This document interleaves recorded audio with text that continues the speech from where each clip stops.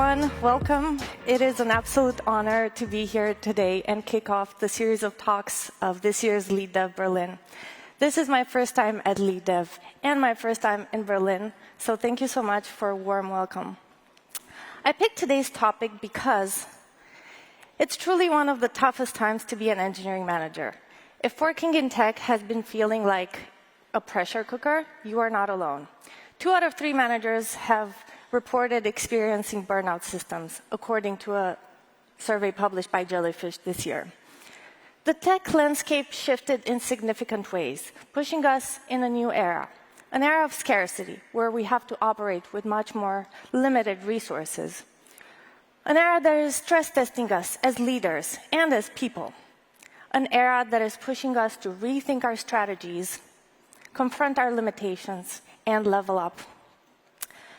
So in today's talk, we're going to explore how we can achieve that by building capacity within ourselves and our teams. But first, let's take a quick look at what's been going on. We've seen economic downturn, cost-cutting measures, and priorities shifting due to the rise of AI. This caused a cascading effect of layoffs over layoffs, reorgs, and flatter organizations with shorter reporting chains. And to make matters worse, now we're also dealing with a silent layer of increased pressure and anxiety. Some of the big tech companies have explicitly called out these trends. Meta declared Year of Efficiency and announced restructuring plans focused on flattening their orgs, canceling lower priority projects, and slowing down hiring. Amazon CEO Andy Jassy also explicitly asked for higher velocity in execution, as well as reducing the ratio of individual contributors to managers. While Microsoft CEO also announced, was interviewed and declared that tech companies will have to get used to becoming more productive with fewer resources. Tech's new business model seems to be doing more with less. And which means your success as a manager is now contingent on how well you can do more with less. And this is the world we live in right now. So imagine this. This must be going on in, boardrooms. Imagine this. Less staff, more work, things will be great. And then, ultimately, we will do more with less until we can do everything with nothing. So, how to do more with less as an engineering manager? Well, I'll tell you. First of all, you have to work longer hours. Once you work longer hours, you can add more work, logically, right? You can also reduce the quality of your work, so you can do more work in the longer hours you are already working. Additionally, you should cancel all one-on-one meetings and most meetings because they're a waste of time, they're a distraction, they take away from real work that you could be doing. You should stop helping other teams because not only they're also a distraction, they're also your competition now, right? And then just to be safe from layoffs and things like that, you should also never say no to your leadership team. If you do all this, you will be successful. If success means delivering broken products faster, lowering morale to rock bottom, burning out your entire team, driving away top talent, and creating technical debt that will haunt you forever. Is this what you want? I don't think so. So let's try again. How to do more with less as an engineering manager the right way. The key to doing more with less is to build capacity. And what do I mean by building capacity? I mean developing the strengths, skills, and resources that you, your team, and your organization need to do more.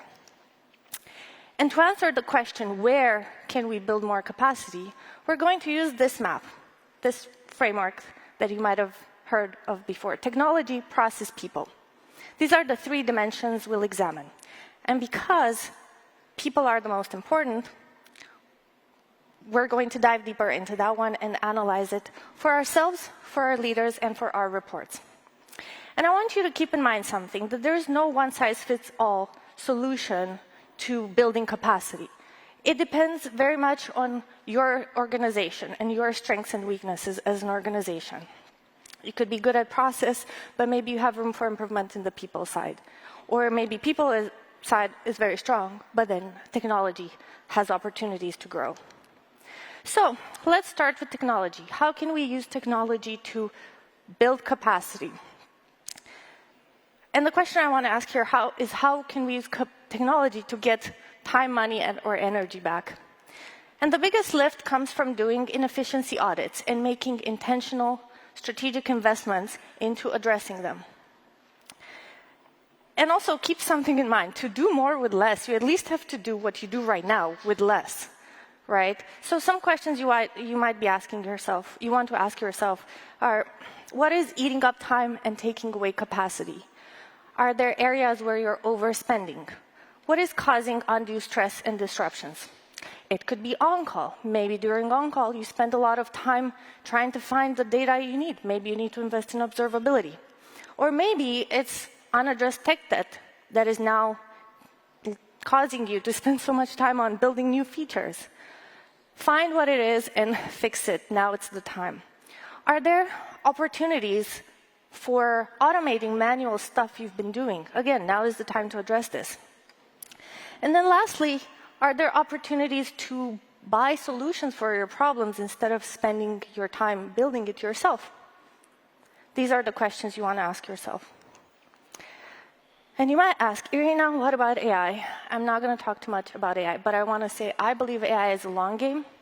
Most of the managers that I talked with have not yet gained a lot from using AI. Engineers have. To a certain degree, there's debate around whether productivity went up or down.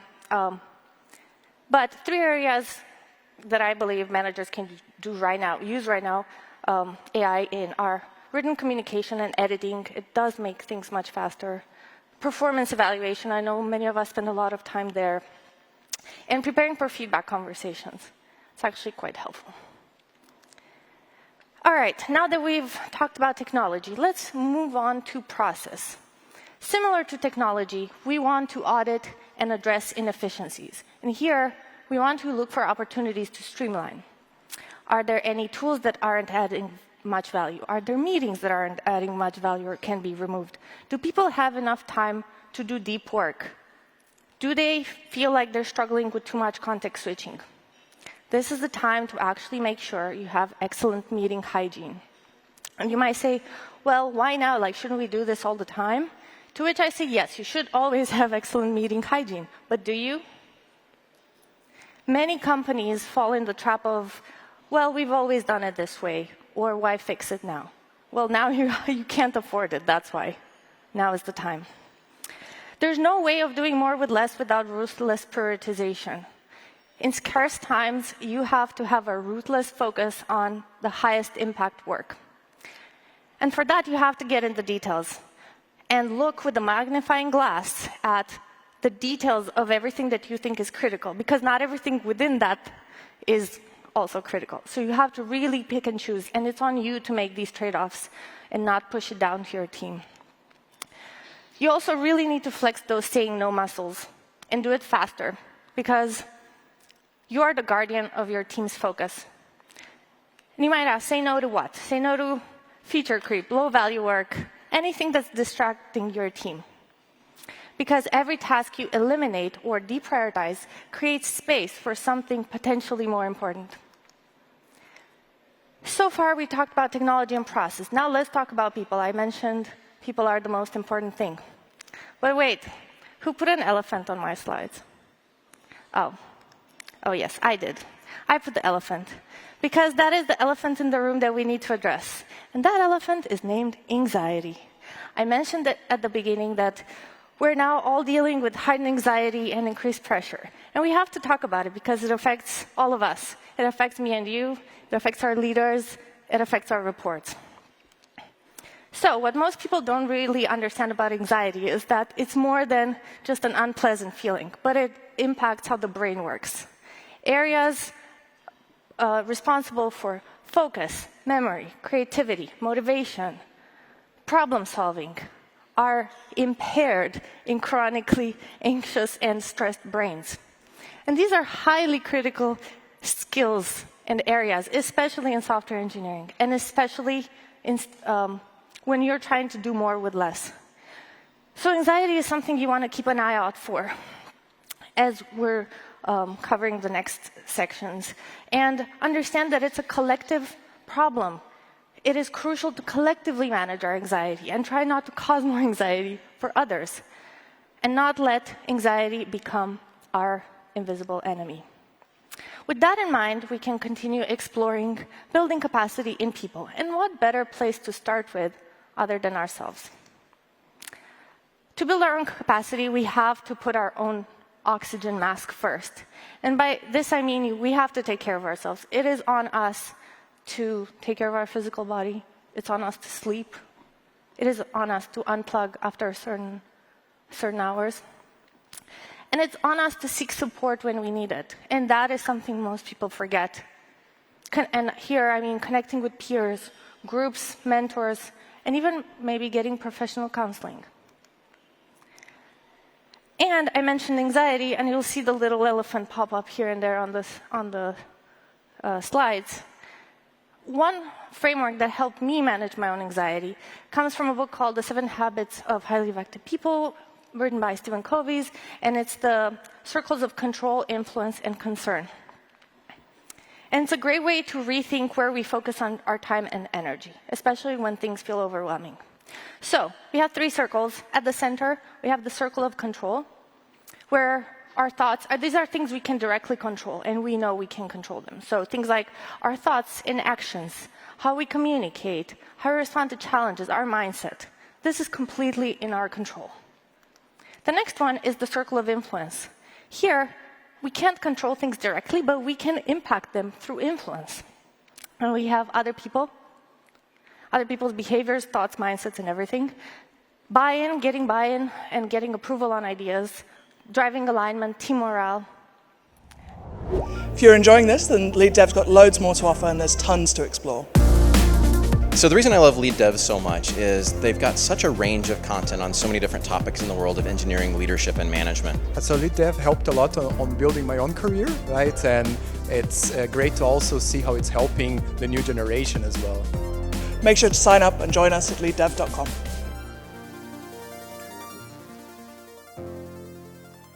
And then finally, we have the circle of concern, the biggest outermost circle.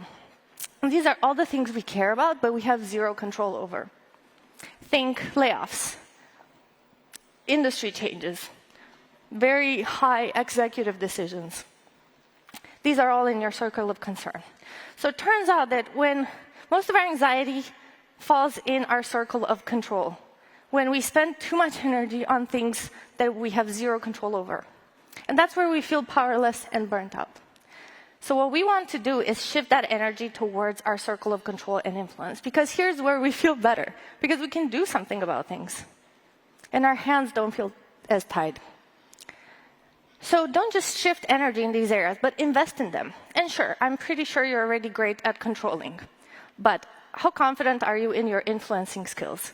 This is an area you can invest in. Influence without authority. So the point here that I was trying to make is that in difficult times, power lies in knowing where to focus. If our focus is too broad, we'll get overwhelmed. But if it's too narrow, we'll feel better and more productive. Now, let's explore how we can do more with less via our leaders, aka the relationships with our managers and leadership team. Assuming you're already managing up, meaning you have a relationship with your manager and skip level higher up, here are some things you have to keep in mind. Leadership needs to understand your team's impact, so upward visibility is absolutely paramount in this day and age. This will help you advocate for resources, and also you're at risk when hard decisions are made if this is missing. The second thing is you want to be transparent about managing expectations. And a temptation is to say yes to all requests coming from leadership team, but that's not a good idea. You can and you should still push back. And this will actually also help reduce upward anxiety when you're clear about setting expectations. Third, it is paramount to use data to justify priorities, risks, and resource needs. It is more important than ever. Vague updates just won't cut it. And finally, so far we've covered building capacity in ourselves and our leaders. Now it's time to talk about our reports. The key here is to empower our team so we can scale ourselves. What I mean by this is we want to create self-sufficiency. So we're not stuck hand-holding when we should be focusing on higher-level work.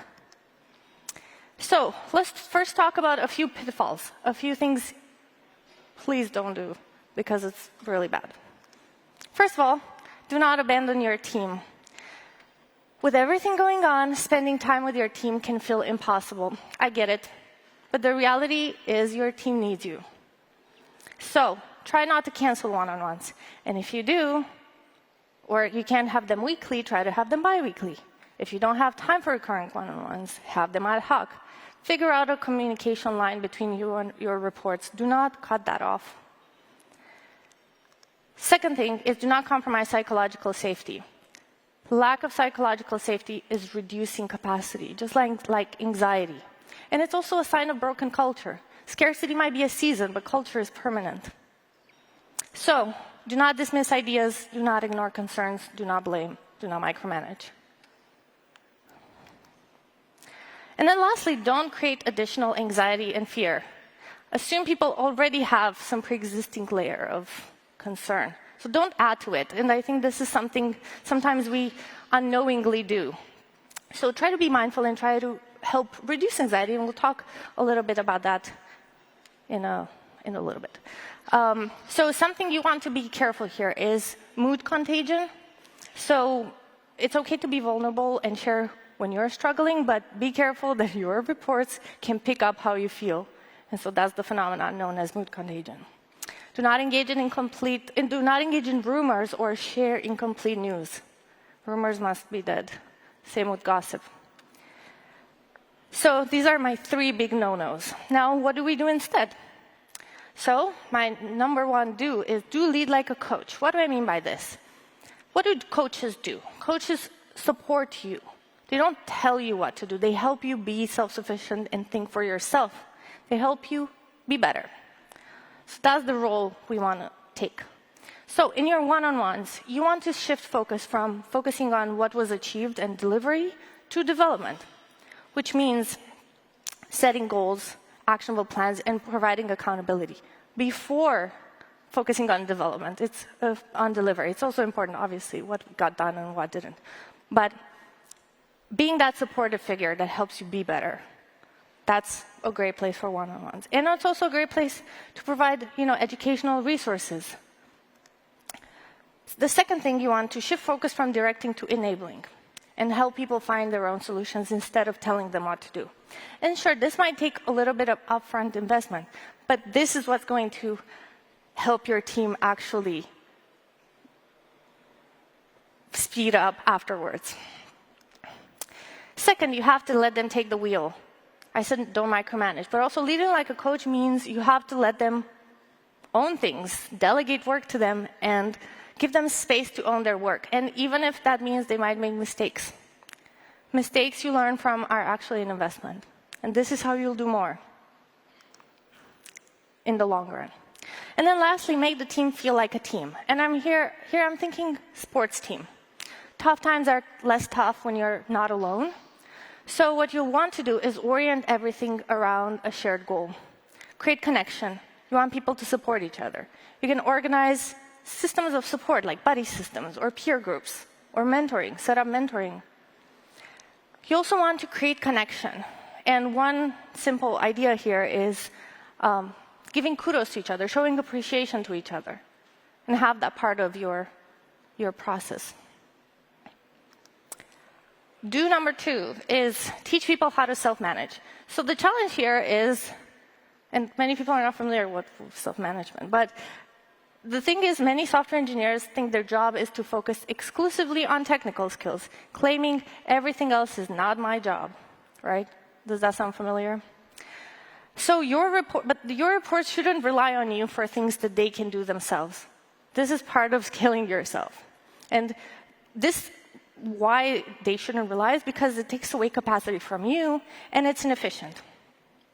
So you want to help them build self-management skills. And what I mean by this is managing timelines and delivery, problem-solving, independent problem-solving and decision-making, handling conflicts and disagreements on their own, so they don't have to escalate to you. They have to get comfortable giving constructive feedback themselves to each other and to you. We'll talk about that. They have to manage their own stakeholder relationships and be able to manage themselves emotionally, which is the emotional self-management. Number 3, teach people to manage up. Similar to managing up, similar to self-management, managing up is not something most individual contributors understand or know that they should be doing it even. And this is where you can help educate them. Help them understand that managing up is about helping you help them. So you can spend the limited time you have together on building capacity and building skills and being better. When your team is really good at managing up, that really saves you a lot of time. So what are the skills you want people to learn? You want them to know when to push information up, when to tell you things. You don't want to pull information from them. They should let you know. They should discern what's important. Communicate risks early on. You want them to provide you feedback. You want them to come up with issues, but also solutions and take initiatives. You want them to be proactive so that ultimately they can help you lower your cognitive load. And that way you have time to spend on building skills. And number 4 is help reduce anxiety. So you want to help people focus. And we've talked about this. You're already doing it behind the scenes with ruthless prioritization, managing expectations upwards, process hygiene. You're doing that. But you can also help them focus when they're overwhelmed. And you can help them reframe their overwhelm, similar to how you do it for yourself. And you can teach them about their 3 circles of concern, influence, and control. Whatever works for you, you can also do it with them. The second thing is clarity. Clarity reduces anxiety because you know what to expect, right? So here, what's very, very important is to set expectations. And you can even set expectation that, you're trying to take a leading as a coach role and describe how this interaction would be. Like, spell it out, what you expect from them. Spell it out that you want them to build self-management skills, managing up, and so on. The second thing is feedback. When people know how they're doing, they tend to be less anxious. Third is listening and empathizing. You want your reports to feel like your relationship is a safe space. So listen to them, empathize, and make them feel seen and heard.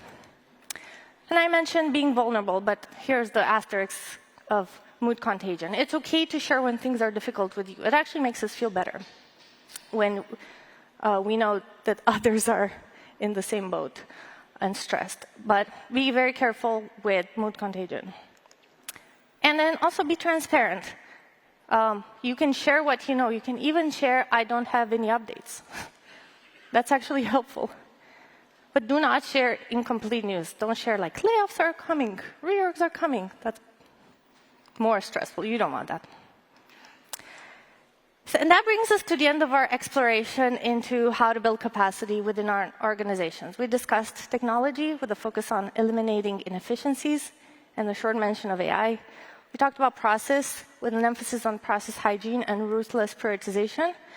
And we discussed people with a focus on managing anxiety, upward visibility, and scaling yourselves as leaders.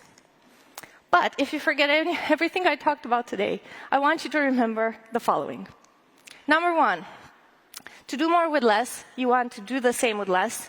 Reinvest the savings into expanding how much you can do. That's the formula. Number 2, leadership practices that were nice to have in good times are must-have in scarce times. We need to level up as leaders. And third, people are still your biggest asset. Lean on each other, care for each other. We're all in this together. Thank you.